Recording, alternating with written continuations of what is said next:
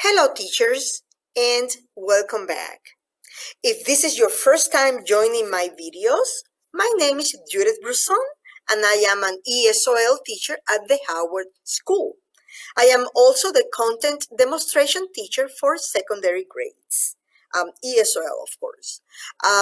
If you are a returning viewer, I want to say thank you for watching the videos. And also, I want to extend a special thank you to those that have been sending me suggestions, ideas, or simply making comments.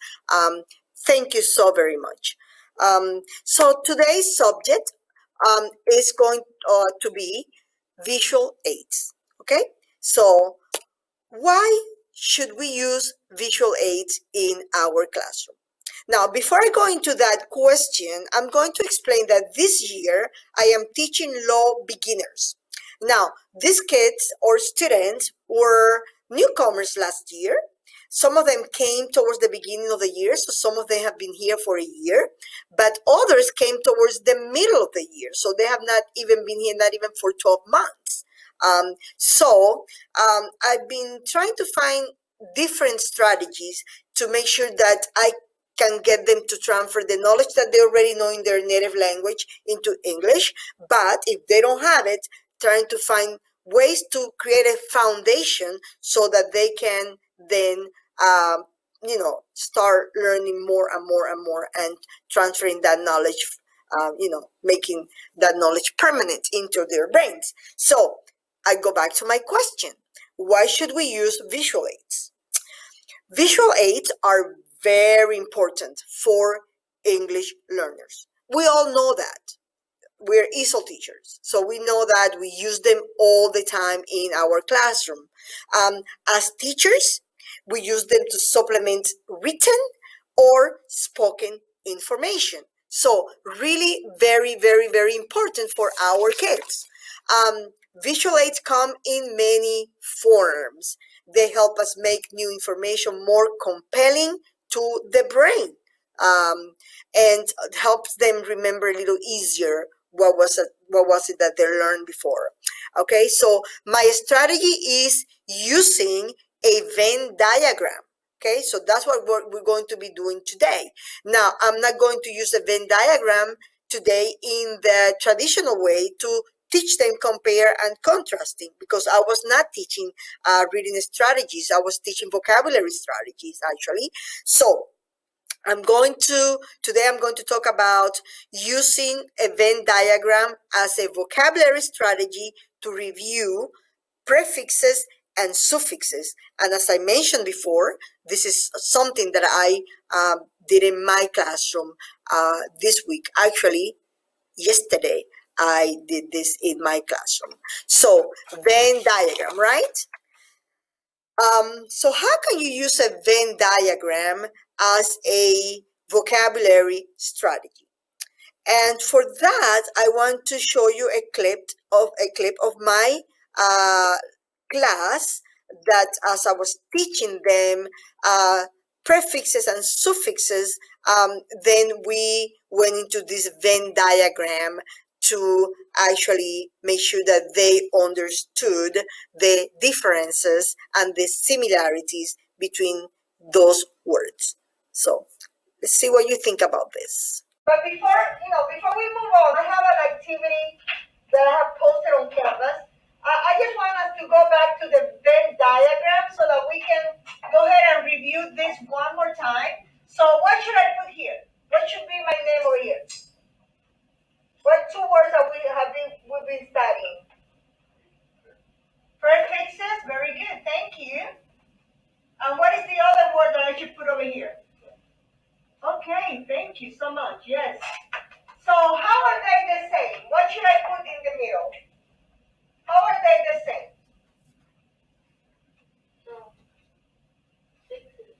Fixes, yes, very good. They have the same ending. That's an easy one, right? How else are they the same? What do they do to words? Add. Yes, they change the meaning of the words. Very good. Change the meaning.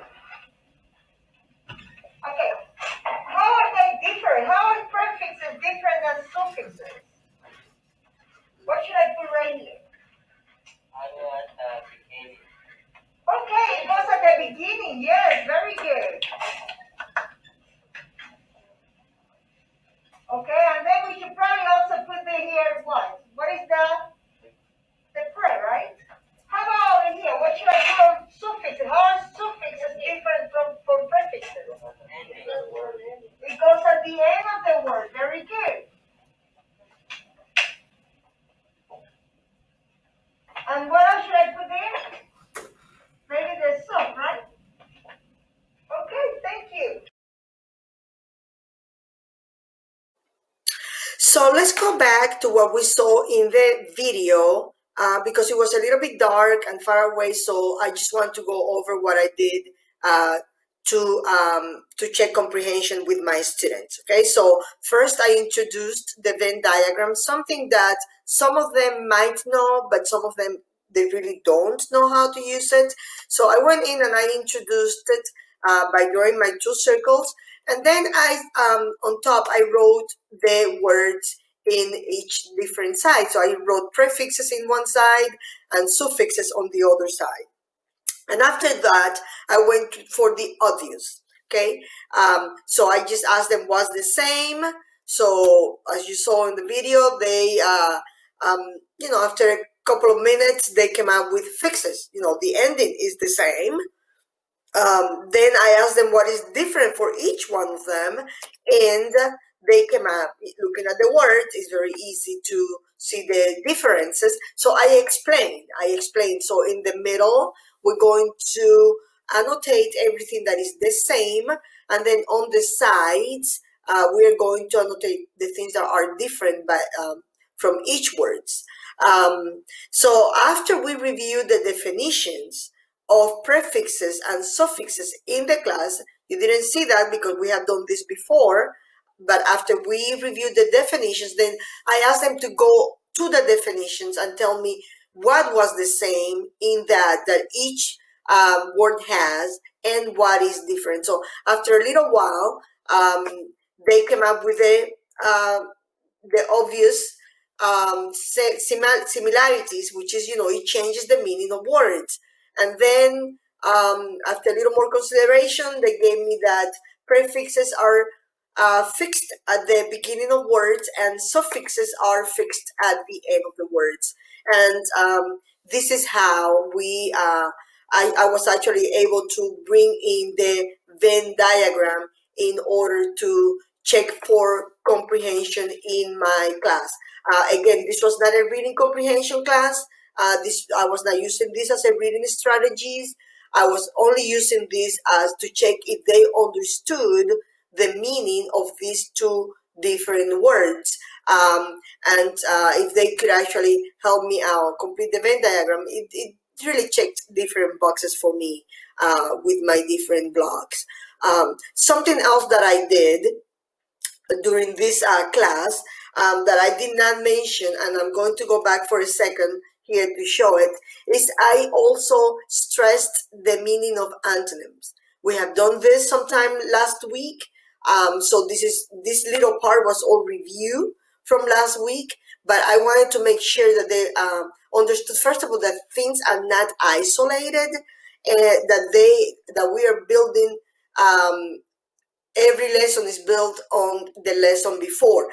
And for some students, it was more of a little difficult concept to get that, but most of them got it.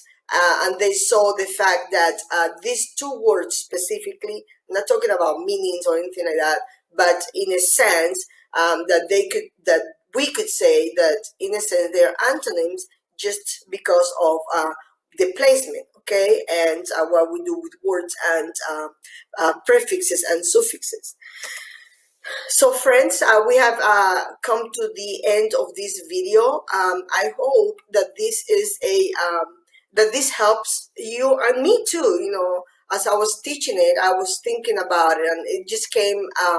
Sometimes we get ideas that come really, at this part of the moment, and that's when this idea actually came. The idea of to use the Venn diagram to help my students understand that there is a relationship here between the words, but also to be able for me to check comprehension and ensure that my students were actually understanding the concept of prefixes and suffixes. Um, Again, I want to thank you for watching the videos. I want to thank you for your comments, your concerns, your suggestions. Those I need, and ideas. And I hope to see you next time. Have a wonderful day.